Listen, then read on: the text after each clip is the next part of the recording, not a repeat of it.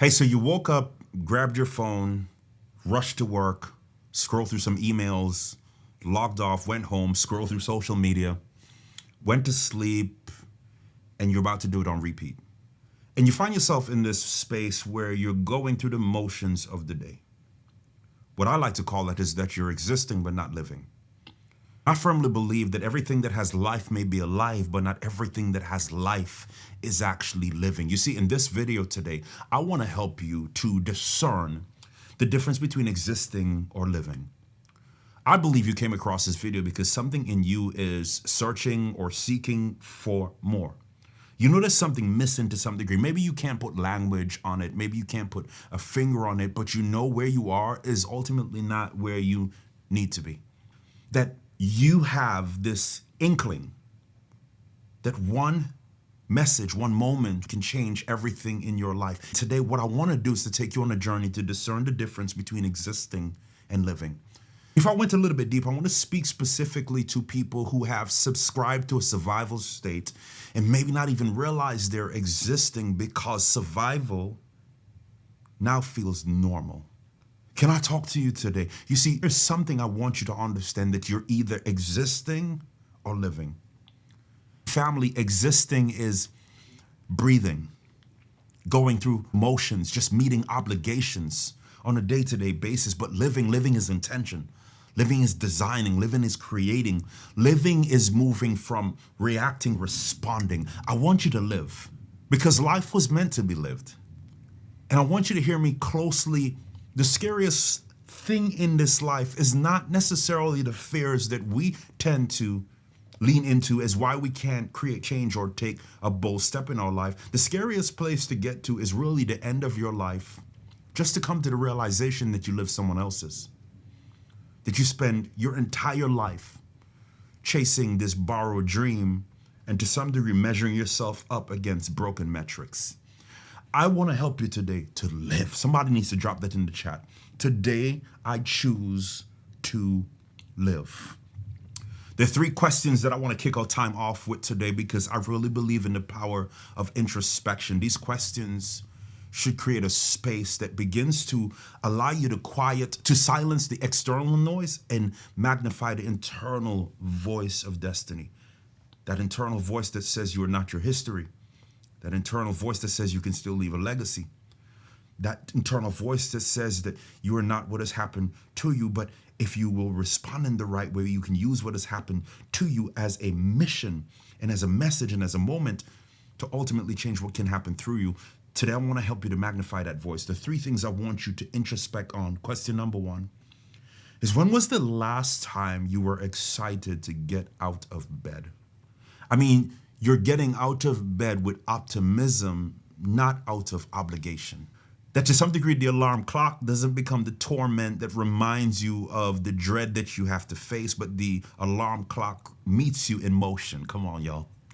That when the alarm clock goes off, you're already going off on your day, making things happen. When was the last time you woke up with fire, excited to get into your day? Second question I want you to think about. Do your days feel designed or assigned? Do you feel like you're the captain of your ship? That you're setting in motion blocks on your calendar, that you're truly orchestrating your day in a way that leads you to your destiny? Or do you feel like your time is being assigned by other people's agendas? And here's the third thing I want you to think about. Are you the author or just a character in someone else's script? Now, I don't want this to sound like an invitation to become rebellious, to believe that to some degree your definition of living may not be contributing to something else. But what I don't want you to do is to continue to shrink who you are in order to fit into what is expected of you. And not only to do it, but to not even recognize that you're doing it and to be going through this life existing but not living. Today is your day to live. I want to give you three reasons why most people end up in a survival state. Because maybe as you're watching this, you can see yourself and you feel the words and there's something in you that says, there's something here. But I want to give you three reasons why most people end up in a survival state, whether they recognize it or not. Reason number one is that they end up in a survival state because of trauma.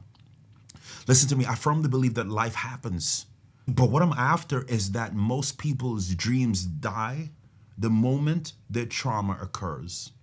Let me say it a different way, that most people end up burying their childlike wonder, diminishing their fate, stop dreaming, stop believing, stop living because they have been rocked by life. And I don't want to diminish the loss, the betrayal, the breakup, the thing that has happened. But what I want to help you to understand is that the only way that thing defines you is that you choose to stop at the moment it tries to derail you.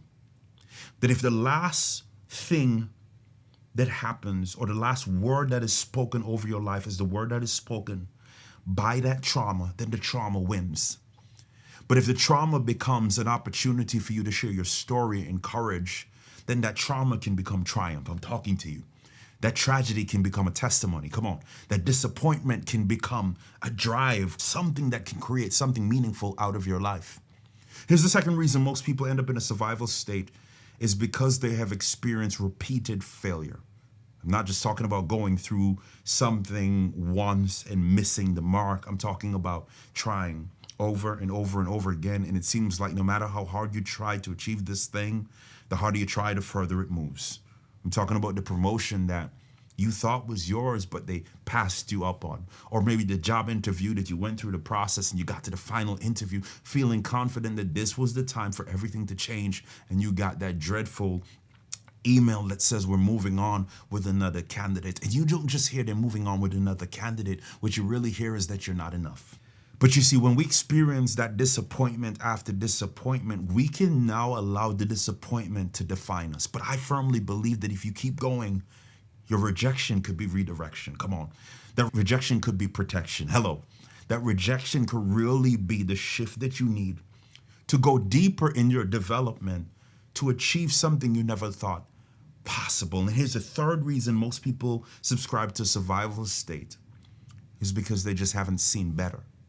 I firmly believe that you live on the level of your revelation, that you have to be exposed to more to see that more is possible.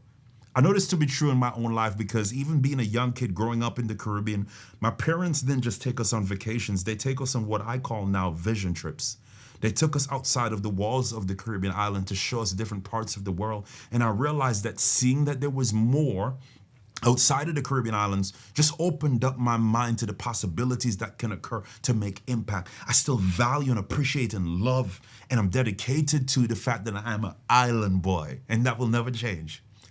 But what I want to help you to understand is that sometimes the thing that is going to ignite the vision for you to go from existing to living is simply seeing that there is more for you. It is time to live. So today I want you to live, and I want to give you an acronym really quick that you can remember, that you can tattoo in your heart, that you can really apply to your life today to begin to live. And the acronym is literally LIVE, L-I-V-E. I'm going to talk about the LIVE first and foremost. LIVE stands for look at your life honestly. That's the first thing we're going to do with first part of this acronym LIVE. I want you to look at your life honestly. Here's the question I want you to ask yourself. Where are you just going through the motions? Listen to me. The quality of answers we receive in this life is directly connected to the authenticity of questions that we ask and the transparency of answers that we give. You see, most of us are just not asking authentic questions, and we're not giving transparent answers, so we're not getting profound revelations. But I want you to take some time and I want you to look at your life honestly. Where are you just going through the motions in your life? Maybe in your work, in your relationships, in your finances, in your fate, in health. And I just want you to pick one. And when you've highlighted that one, I want you to move to the I, which is identify what you really want. And here's the question. If you stop editing your desires, what would you actually want here in this area? If you really started looking at what you desire in that area that you highlighted, like what would that really look like? And I don't want you to get to the point of interjecting your circumstances. Well, I want better health, but I want better finances, but I want a better job. But the moment you include but, you erase every possibility that occurred. Before you get to the point of finding reasons not to, how about we shift the but to I want better health, and I will. I want better finances, and I want better.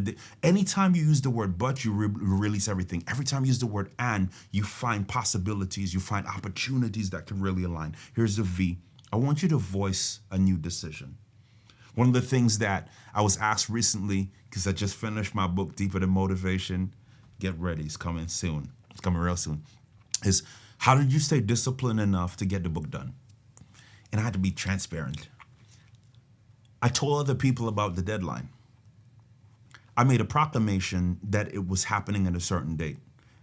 And believe it or not, for me, that proclamation worked because the moment I started to verbalize it, I was held accountable to my word.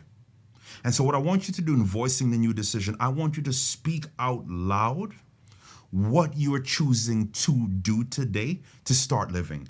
So from today, I refuse to only survive in X, or refuse to only go through the motions. And I want you to start hearing yourself speak that truth, because listen to me, death and life are in the power of the tongue. What you confess is what you possess.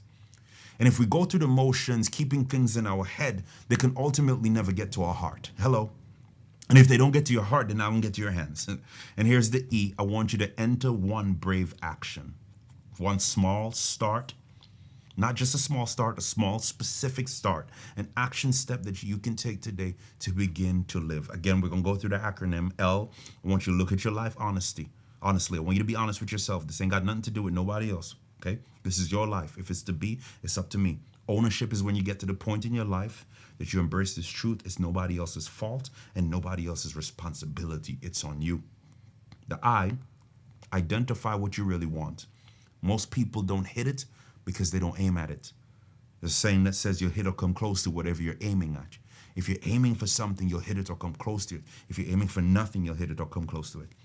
V, voice a new decision. I want you to voice that decision that you're going to make to stop surviving in a specific area. Watch the words that are coming out of your mouth because your ears are listening. You shift your mind by shifting your mouth. Hello in here, somebody. And the last, I want you to enter one brave action. I want you to do one small specific thing that's going to lead you into the direction of not just existing, but living. I want to lean in here and I want you to listen to me. The absolute worst life to live is a half-lived one. The only thing that you will regret at the end of your life is not trying. Is dying, but not trying. Is going through the motions and not really making movement. Is not giving your whole self to something worth going after. Most people won't remember what you drove. They won't remember where you worked. They won't remember what you spent. What they'll remember is the impact that you made on their life. And you can only make impact if you're living. If you're surviving, there's no impact on the other side of that. Or let me say it this way, you'll make an impact, but it won't be one that anybody will remember. And if your mind can conceive this today, and your heart will believe it, then your hands can create the life, the love, the impact, the legacy that you desire. Don't forget, keep God first, dream big, and execute. Until next time, stay empowered.